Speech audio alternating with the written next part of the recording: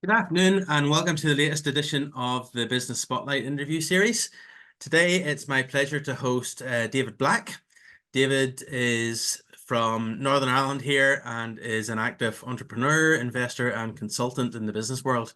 David, delighted you could join us. Thanks for taking your time. How are you today? Good. Thanks, Rich. Great to be here, and thanks very much for the opportunity. Looking forward to chatting with you. You're welcome. Look, why don't you take a wee bit of time there and share with us sort of background of who you are, what you do, and how long you've been doing it for?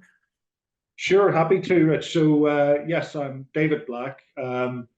Originally from Bangor, now living in Hillsborough. Spent many years living on the Isle of Man. I've also done an MBA at Queen's, in addition to my undergraduate of European Studies at Coleraine University, or now Ulster University. Yeah. So yeah, I started off life in offshore banking, went into offshore finance, and then got involved in technology companies in terms of licensing and some research and development, and that got me into startups and the technology scene generally. So I've been in and around technology since 2001, at various levels, compliance levels, licensing, as I mentioned a moment ago, data center, ISP. So I've got a pretty broad range of things that I've been involved in, but pretty much now specializing in and around technology and looking for the next big thing, I guess. Fantastic. So, I guess who's your ideal customer, or how would you define a customer who's ideal for you? So, as I mentioned, Richard, a moment ago, I have a range of different interests and activities in the technology field. But I really think this is an extremely good question, because I think it should be fundamental to how we go about defining and building a business model. Is what's your ideal customer? And that can have many different answers. And the way I would I could probably write chapters on this, but we don't have time for that for me to discuss it today. But I would say that that's not a frivolous question, and it's a quantitative answer with a bespoke calculation. So that's almost, I would be looking at that as the economics of your business model, which would be things like price sensitivity of the customer, things like sophistication of your customer, that informs your marketing channels. It informs how you might be paid if you're online, for example. It Everything will flow from that.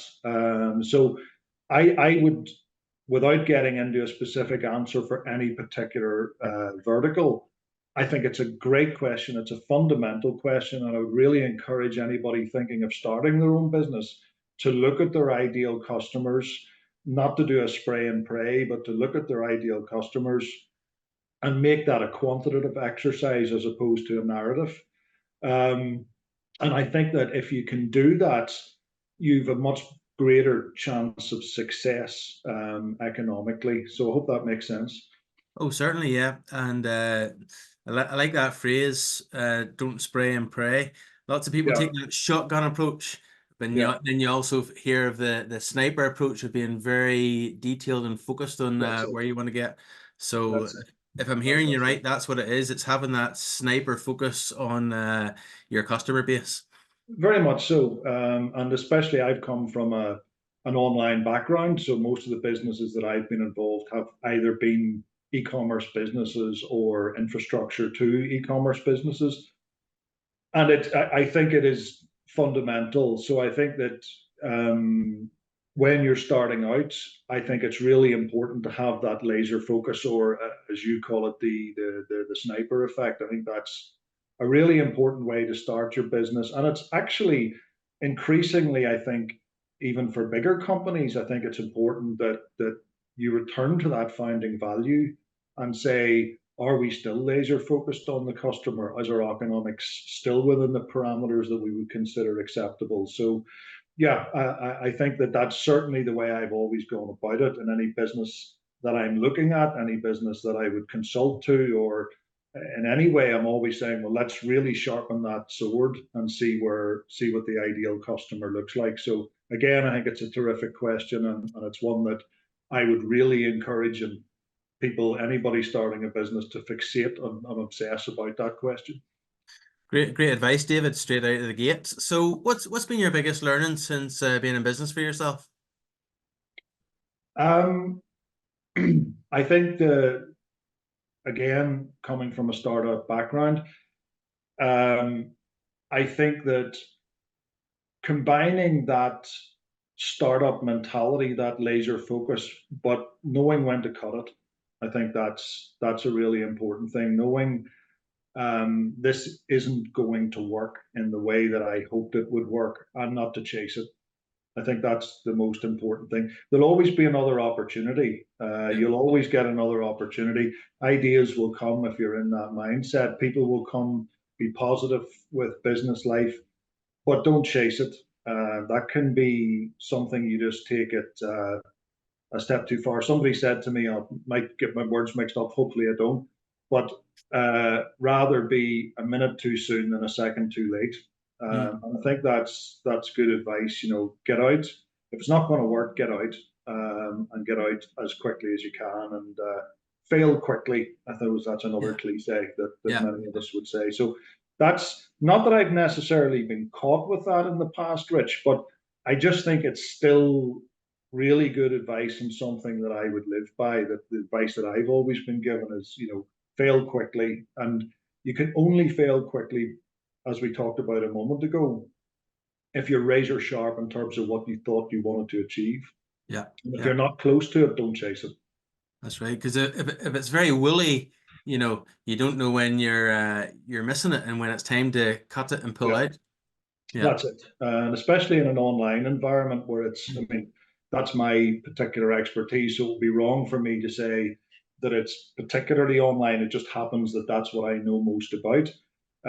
But it is tough online if you're not razor focused, and you've really got to be sharp like that. And if it's not going to work, don't go for multiple rounds. Don't go, all kinds of things. Just say, listen, it is what it is, and move on to the next idea. Very good. So when you were growing up, David, is this something that you always wanted to do? Growing up suggests that has ended, Rich. So I'm not sure that I would necessarily say Okay, that let me rephrase I've that. achieved that. When you were a youngster growing up, or when you were at school growing up, and a Yeah, young man.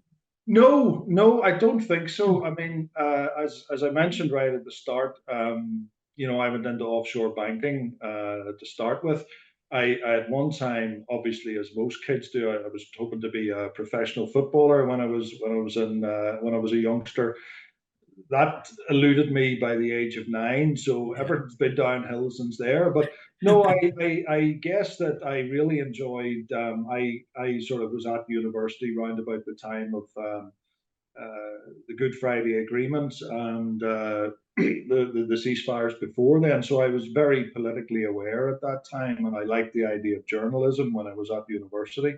Yeah. Yeah. And then ended up in offshore banking. So go figure. And Yeah. then I ended up in technology. So no, I don't think there was ever a particular plan, Rich. If I'm honest, I don't think Yeah. I sort of had a vision when I was, 15 or something, and that was me, and I was set with that.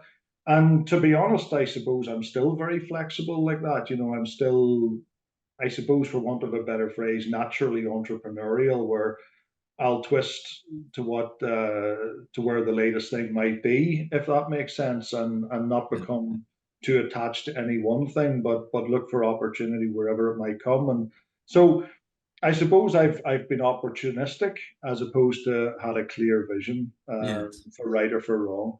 Yeah. And I suppose it's a bit like a sailor.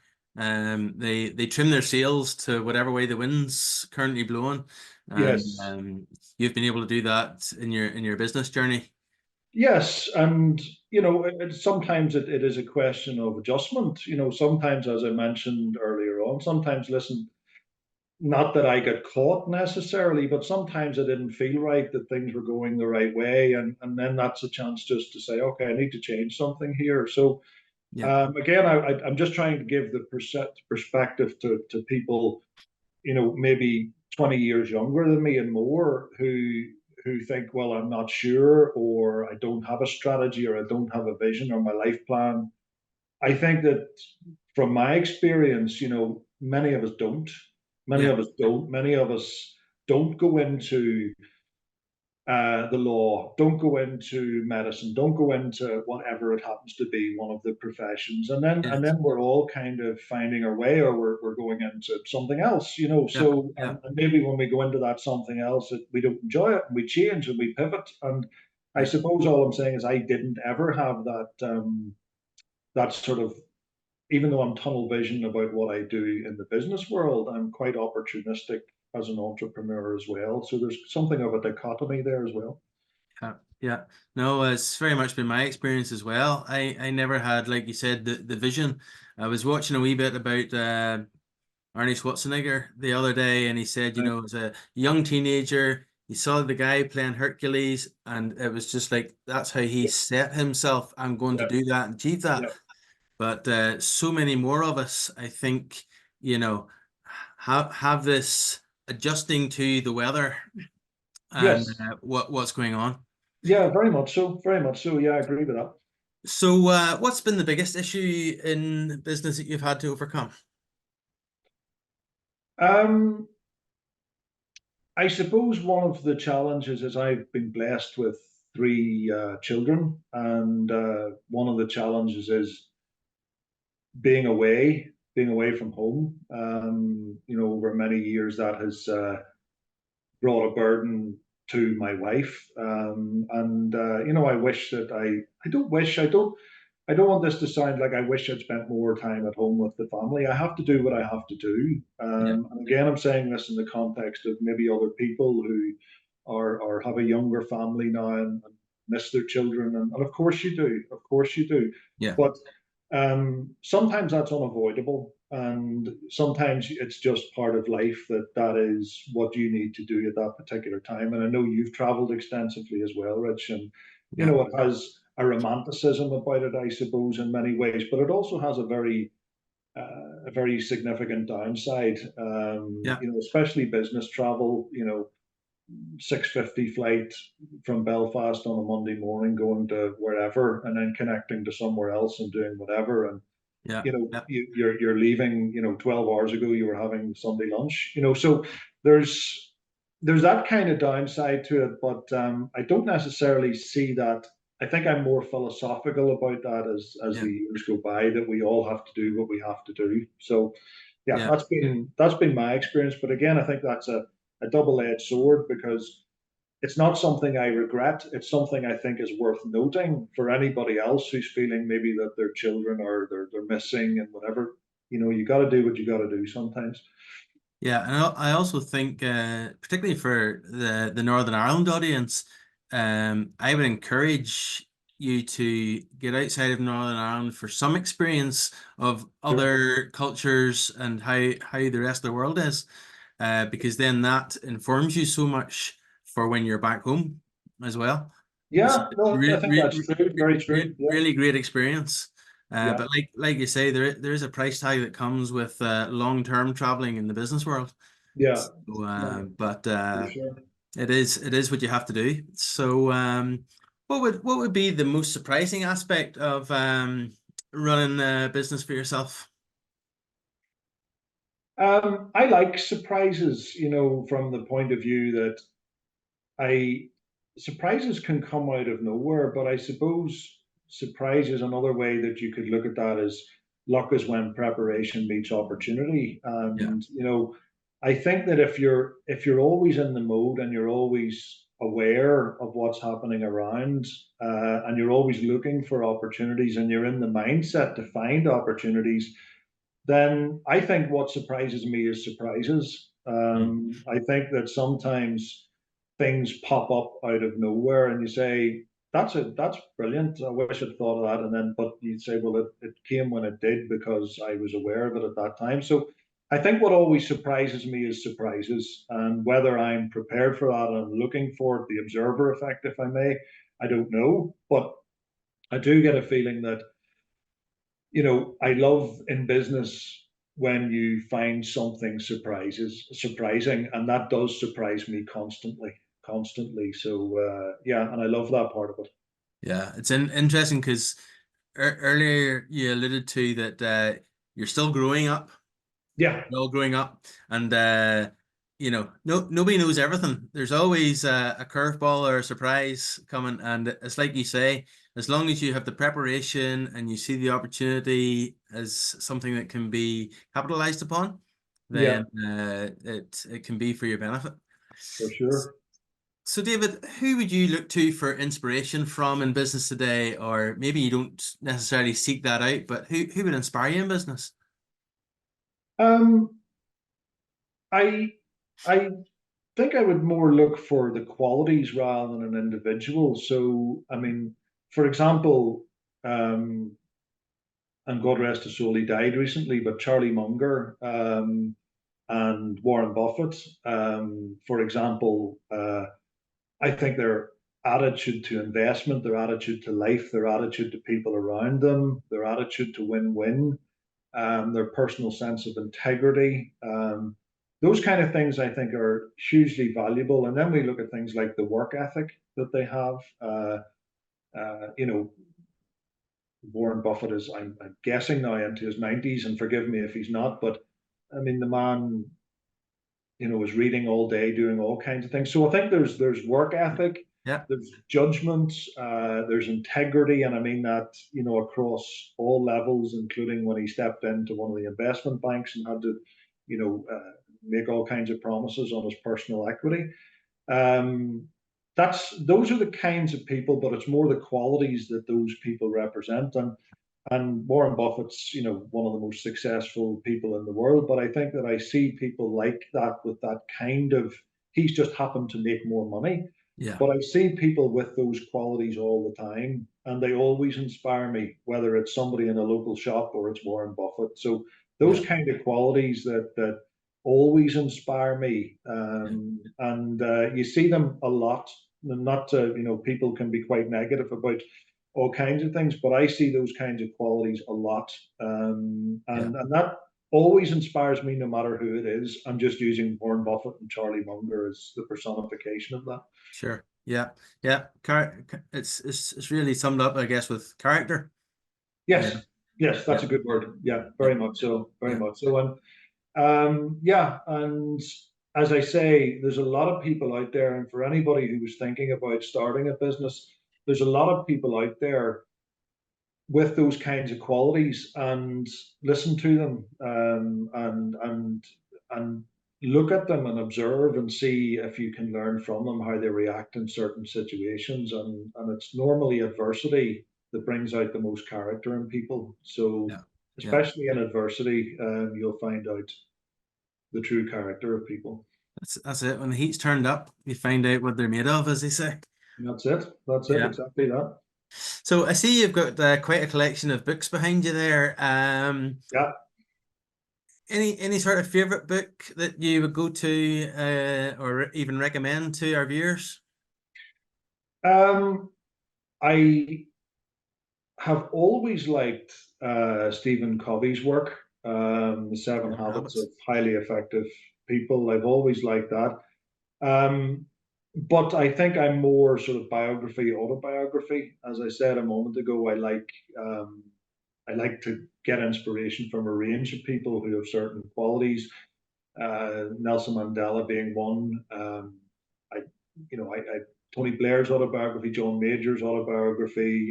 I go through all kinds of biographies and autobiographies, and across British prime ministers to American presidents, and everywhere in between. So Sure. I tend to not be too theoretical in that sense, and I like to see leaders represent what they did Yeah. and their perspective and how they took decisions. So I've always enjoyed autobiographies, and increasingly now with audiobooks, I'm finding that's even easier to access content. So I've got a bunch of audiobooks now as well. So yeah, but that's Very, what I very, would tend to do. Yeah.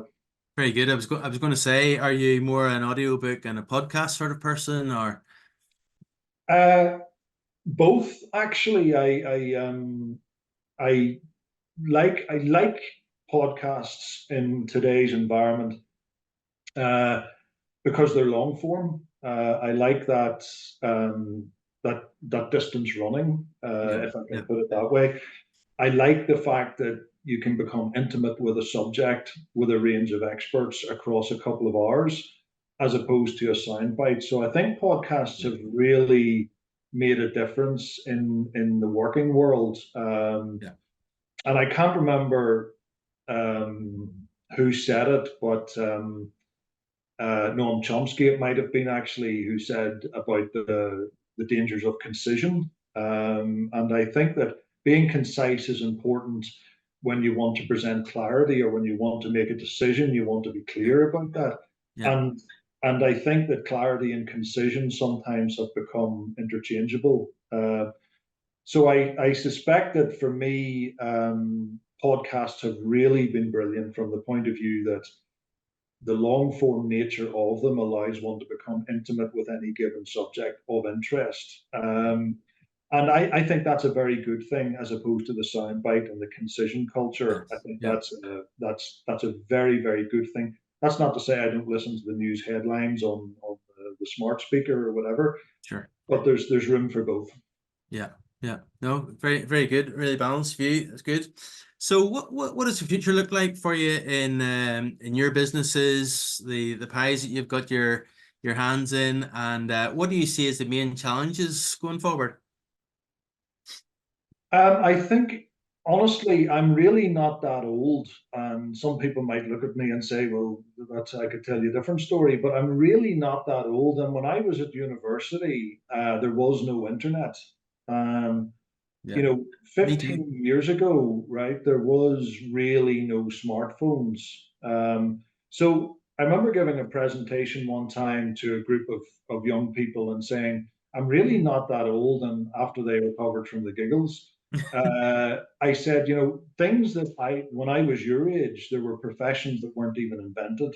Yeah, We didn't even know that these things were going to be things. We couldn't even have right. imagined that these things were going to be things. Yeah, And yeah, yet there are whole industries now that have, and if you think that's really in any significant public sense, that's about 25 years old.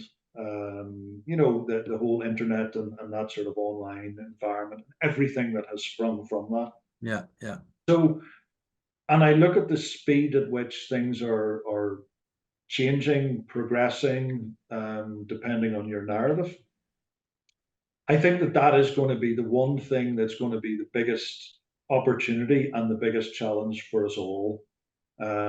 Is if you're an investor picking winners amidst highly buoyant industries, it's picking a winner, and the scope of change that there is, the scale of change, I'm sorry, across the next, if you even look at that in 10 years' time, I suspect there will be very advanced industries that have not yet been invented or yeah, discovered, depending on your perspective. So that to me is why I think you've got to have values, like we talked about with the leadership piece. yeah, yeah, You've got to be razor focused. You've got to know when to quit. And with the scale of and the scope of change that we're going to see in technology over the next 10 years, I think let's all stay very sharp. Let's lean on each other. Let's share ideas. Let's collaborate. Let's do things like this together.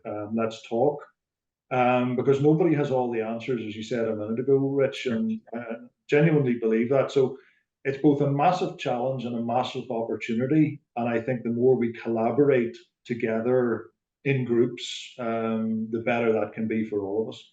Yeah, no, excellent share, David. I think I maybe have a few years on you because just about I'm thinking around about the date that you said your university. I graduated very early 90s and 100%, no such thing as internet, no such thing as Yeah, smartphones. yeah, We used to queue up with our little hand of change to use the payphone yeah, yeah, yeah. from the halls of residence. 3 rings, remember Yeah. He rings and I'll phone you back. The problem was there was such a queue of students that if that? you put that Yeah, handset yeah, down, yeah, yeah, yeah. you're That's up. it. Yeah, no, I remember it So, well. yeah, it's good. So what you've shared has been fantastic. Lots of nuggets in there, really good advice. But what would you say if you had just a couple of minutes to sum up? something to anyone who was thinking of going into business for themselves today? I say, think about it very carefully. Think about your own character, your own personality. Don't be a hero. If you're not comfortable with risk, don't get involved. Be careful. And I think that there's too many of us who value entrepreneurship or doing business as a badge of honor.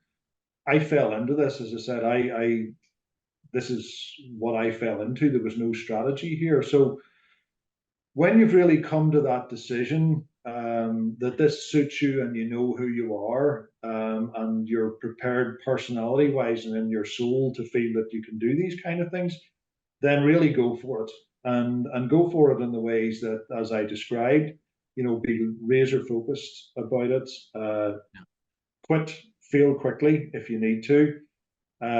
Always be looking for opportunities. Always be looking to learn, and with that, if you're very, very lucky, you can do very well. But the chances are you'll have a lot of fun along the way, provided that you can handle the risk that comes with being in that environment. So Yeah. I think go into it as much as you can with your eyes open. Ask people around you, who know you, maybe find mentors, find people who you think can help. Who am I really? Because it's very difficult to say who you are. Even if you're at university or whatever, or you're a young professional, or even then, you see yourself in a certain way, and then you ask other people, and they see something completely different in you, and say, "Oh, I didn't. Okay, so that's Yeah. interesting." So really share amongst each other.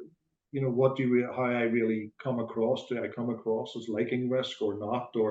And really inform yourself, and then be really razor focused about it, and then go from there, and try and find the opportunity that suits, or get involved. There's nothing wrong, again, with going under the wing of somebody who's done it before. Yeah. And sticking yourself under there for a few years, and then saying, "Okay, I like this. Where's this going to take me to?"